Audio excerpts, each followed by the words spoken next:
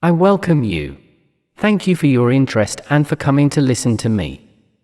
I hope you are very well. If not, I hope I can help you. At least to feel like you are in company.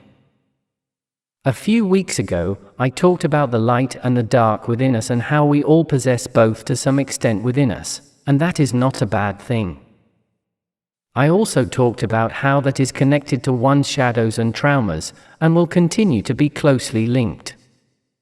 I will try to explain in as practical a way as I can and that you can apply it when you have the opportunity. I'm afraid that will most likely be soon.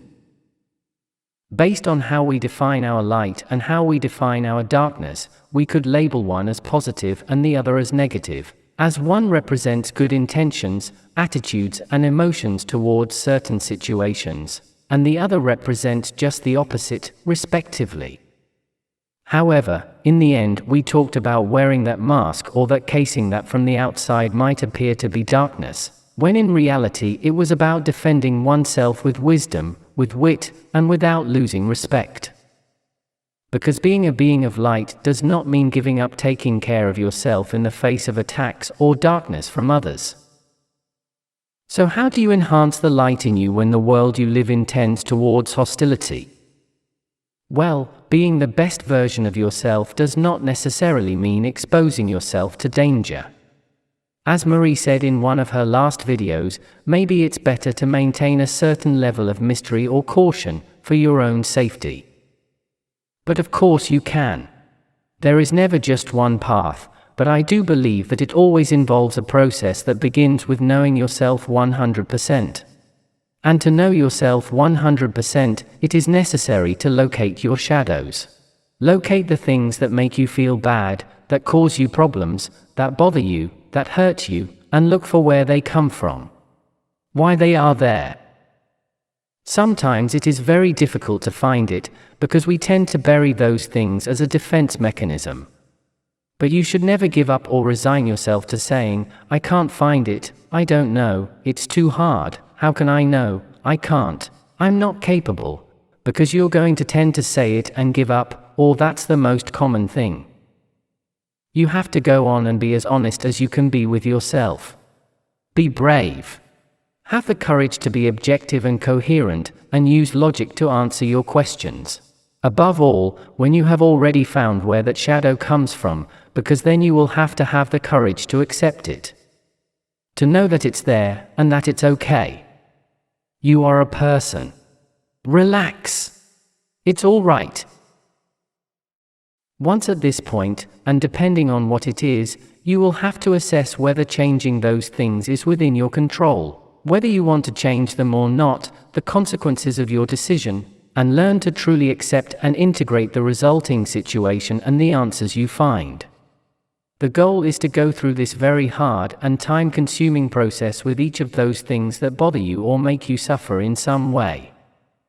If I had to give you a magic key to make this process easier for you, it would be two important things. Objectivity on the one hand. To be totally objective, rational, logical and sincere with the questions and answers you give yourself by analyzing your emotions or situations. Secondly, but just as important, understanding. Be understanding of yourself. Of course you have to recognize what you have done wrong, but you also have to stop and understand why you have done it precisely so as not to repeat it. It doesn't mean that everything is justified, but you must learn to let go of that karma and that remorse if you really want to change and improve. Understand yourself, and be that person who needs precisely the child crying inside you that we were talking about earlier. All this connects to several topics I would like to talk about in the future, such as how to connect with that inner child, release that karma, and the importance of the words you use to refer to yourself and situations. Topics that will prevent you from being consumed by your own darkness. And this was just the first step to empowering your light. Or rather, aspiring to become the best version of yourself. Had you already forgotten what I was talking about? It is the most complicated and requires a lot of courage. Once you have overcome this process, you must also learn to recognize the good in you. This is very important, because this is precisely what you want to enhance. The mere fact of wanting to change or improve is in itself something to be proud of, and it is something that a very low percentage of the human population does, either for comfort, fear, laziness, or for 1,000 other reasons. In my honest opinion, it is mostly about the comfort of pointing outside, and not looking inside. Anything that makes you gentle, honest, noble, generous, kind, caring, humble, or whatever, you should be proud of. Even talking about skills. What you are good at, skilled at, cultured at, should make you proud without, of course, falling into foolishness or ego.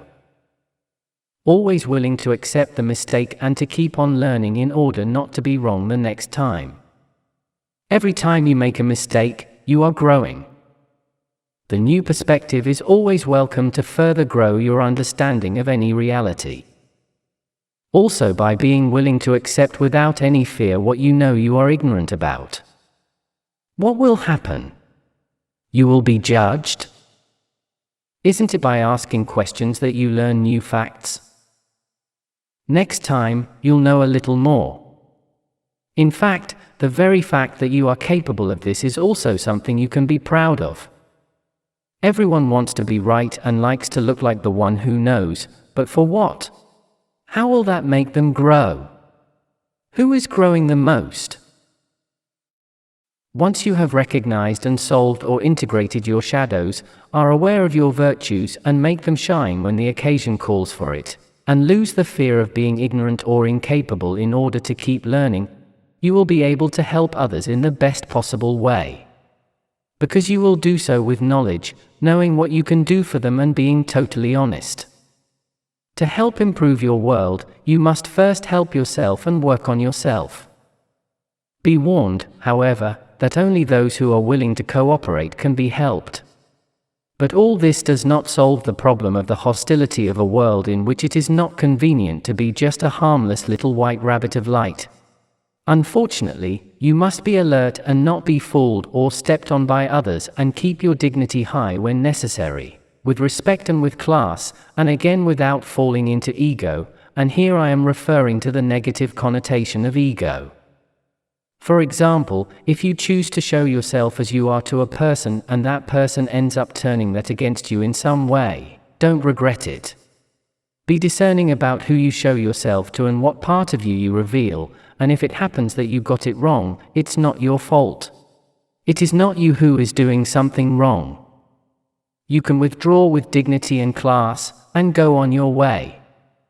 Don't give away any more time or any more of yourself to someone who doesn't value or deserve it. As I said before, they will probably try to make you feel bad about it, but you will use your intelligence to take care of yourself.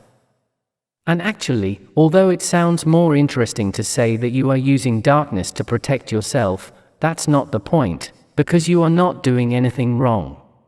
In fact, you are just acting as is necessary.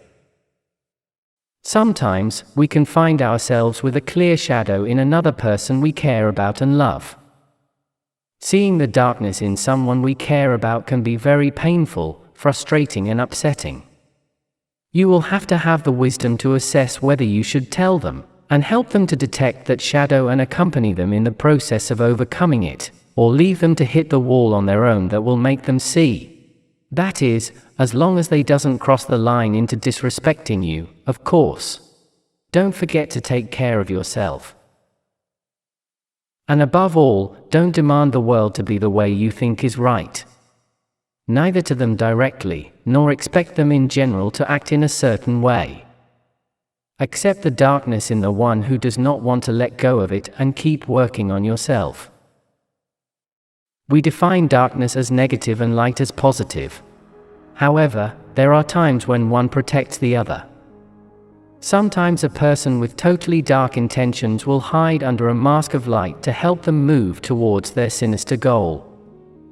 At other times, a person will wear a mask that allows them to move in the darkness, while their ultimate goal is actually the best and brightest in the world. This all sounds very dualistic, but I believe that it can help very well to understand some things about oneself, and above all to integrate all that one is. Use this information wisely. For me, it is literally learning to live. I hope to see you soon. Best regards, and take heart. Za'el of Error.